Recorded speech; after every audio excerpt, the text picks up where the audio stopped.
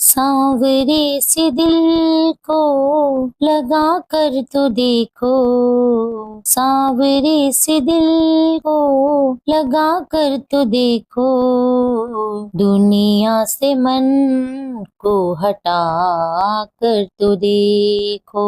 बड़ा ही दयालु है माँ के बिहारी, तुम एक बार वृंदावन आकर तो देखो। माँ के बिहारी भक्तों के दिलदार, सदा लुटाते खुशियों के भंडार। माँ के बिहारी भक्तों के दिलदार, सदा लुटाते खुशियों के भंडार। ओम श्री विष्णवे नमः। आषाढ़ मास के शुक्ल पक्ष की देवशयनी एकादशी की आप सभी को हार्दिक शुभकामनाएं। श्री हरि का आशीर्वाद आप और आपके परिवार पर सदा ही बना रहे। आषाढ़ मास के शुक्ल पक्ष में पड़ने वाली एकादशी को देवशयनी एकादशी कहते हैं। इसी समय से भगवान विष्णु का शयन काल भी प्रारंभ हो जाता है। इसी दिन से भगवान विष्णु 4 मास के लिए क्षीर सागर में योग निद्रा में चले जाते हैं। इसी एकादशी से चतुर्मास प्रारंभ हो रहा है। इस समय में कोई भी शुभ कार्य जैसे विवाह, मांगलिक कार्य आदि करने वर्जित होते हैं। देवशयनी एकादशी को हरिशयनी एकादशी के नाम से भी जाना जाता है। देवशयनी एकादशी का व्रत करने से मनुष्य के सभी किए गए लौकिक पापों का नाश हो जाता है और मनुष्य की सभी मनोकामनाएं पूर्ण होती हैं। आइए अब सुनते हैं देवशयनी एकादशी व्रत कथा। एक बार धर्मराज युधिष्ठिर ने भगवान श्री कृष्ण से पूछा, हे केशव, कृपया यह बताइए कि आषाढ़ मास के शुक्ल पक्ष में जो एकादशी आती है उसका क्या नाम है, उसके देवता कौन है और उसकी पूजा विधि क्या है। तब भगवान श्री कृष्ण बोले, राजन, इस विषय में मैं तुम्हें एक कथा सुनाता हूँ जिसे एक समय में ब्रह्मा जी ने देवर्षि नारद जी से कहा था। नारद जी ने पूछा, हे चतुर्मुख, मैं भगवान विष्णु की आराधना के लिए आपके मुख से यह सुनना चाहता हूँ कि आषाढ़ मास के शुक्ल पक्ष में कौन सी एकादशी होती है। तब ब्रह्मा जी ने कहा, हे मुनि श्रेष्ठ, तुमने लोक कल्याण के लिए यह बहुत उत्तम बात पूछी है। क्यों न हो वैष्णव जो ठहरे। आषाढ़ मास के शुक्ल पक्ष की एकादशी का नाम पद्मनाभा और हरिशयनी एकादशी है। इस दिन भगवान ऋषिकेश की पूजा की जाती है। यह उत्तम व्रत अवश्य करने योग्य है। एक बार सूर्य वंश में माधांता नामक एक चक्रवर्ती, सत्य प्रतीक और प्रतापी राजा हुए हैं। वह अपने औरस पुत्रों की तरह धर्म पूर्वक प्रजा का पालन किया करते थे। उनके राज्य में कभी अकाल नहीं पड़ता था, मानसिक चिंताएं नहीं सताती और रोग व्याधियों का प्रकोप भी नहीं होता था। उनकी प्रजा धन धान्य से समृद्ध और निर्भय थी। महाराज के कोष में केवल न्याय द्वारा एकत्रित धन का ही संग्रह था। उनके राज्य में समस्त वर्णों और आश्रमों के लोग अपने अपने धर्मों में लगे रहते थे। राजा मधांता के राज्य की भूमि कामधेनु के समान फल देने वाली थी। उनके राज्य काल में प्रजा को बहुत सुख मिलता था। एक दिन किसी कर्म भोग का फल प्राप्त न होने पर राजा के राज्य में 3 वर्षों तक वर्षा नहीं हुई, जिससे उनकी प्रजा भूख से पीड़ित होकर नष्ट होने लगी। तब प्रजा के सभी लोगों ने महाराज के पास आकर इस प्रकार से कहा,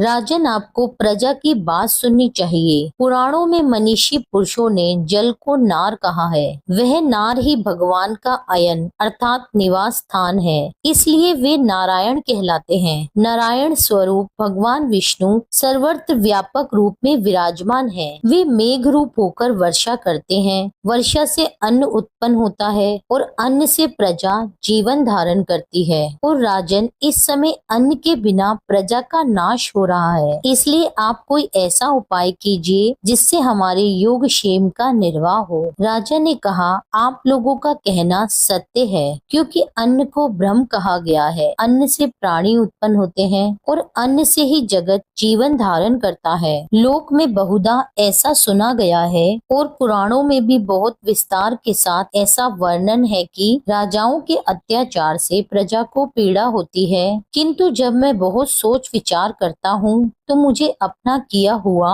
कोई अपराध नहीं दिखाई देता। फिर भी मैं प्रजा के हित के लिए पूरा प्रयास करूंगा। ऐसा निश्चय करके राजा माधांता कुछ गिने चुने व्यक्तियों को साथ लेकर विधाता को प्रणाम करके घने वन की ओर चल दिए। वहां जाकर मुख्य मुनियों और तपस्वियों के आश्रम में घूमते रहे। एक दिन ब्रह्मपुत्र अंगिरा ऋषि के दर्शन उन्हें हुए। उन पर दृष्टि पड़ते ही राजा हर्ष में भरकर अपने रथ से उतर पड़े और इंद्रियों को वश में रखते हुए राजा ने मुनि के चरणों में गिरकर उन्हें प्रणाम किया और मुनि ने भी राजा का अभिनंदन किया और उन्हें आशीर्वाद देकर उनके राज्य के सातों अंगों की कुशलता पूछी। राजा ने अपनी कुशलता बताकर मुनि के स्वास्थ्य का समाचार पूछा। मुनि ने राजा को आसन और अर्घ दिया। उन्हें ग्रहण करने के बाद जब राजा मुनि के समीप बैठे तो मुनि श्रेष्ठ ने राजा से वहां आने का कारण पूछा। तब राजा ने मुनि से कहा, हे मुनि, मैं तो धर्मा अनुकूल प्रणाली से प्रजा का पालन कर रहा था, फिर भी मेरे राज्य में वर्षा का अभाव हो गया। ये किस कारणवश से हुआ, इस बात को मैं नहीं जानता।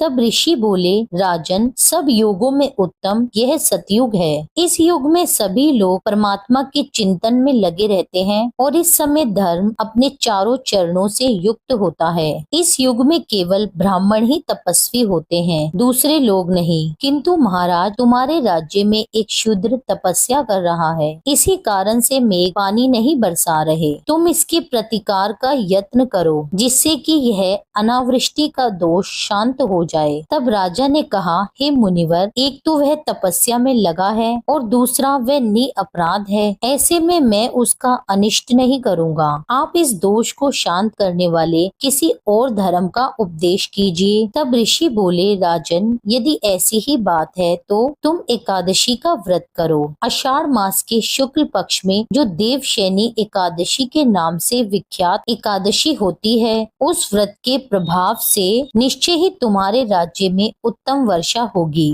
राजन, तुम अपनी प्रजा और परिजनों के साथ इस व्रत का पालन करो। ऋषि के यह वचन सुनकर राजा अपने महल को लौट कर आए। फिर उन्होंने चारों वर्णों की समस्त प्रजा के साथ आषाढ़ मास के शुक्ल पक्ष की देवशयनी एकादशी का व्रत किया। इस प्रकार पूरे विधि विधान से व्रत करने पर मेघ पानी बरसाने लगे, पृथ्वी जल से भर गई और हरी भरी खेती से लहराने लगी। उस व्रत के प्रभाव से सभी प्रजा सुखी हो गई। भगवान श्री कृष्ण धर्मराज से कहते हैं, हे राजन, इस कारण इस उत्तम व्रत का अनुष्ठान अवश्य करना चाहिए। राजन, इस एकादशी के दिन दान करते समय जल से भरे घड़े को वस्त्र से ढककर दही और शक्कर का दान किसी योग्य ब्राह्मण को देना चाहिए। साथ ही इस दिन छाते और जूते का दान भी देना चाहिए। यदि दान ना भी कर सको तो जिन्होंने गुरु मंत्र लिया है वह 5 माला अधिक जाप कर ले, और जिन्होंने गुरु मंत्र ना लिया हो वह इस दिन श्री हरि के नाम का मानसिक जाप कर ले।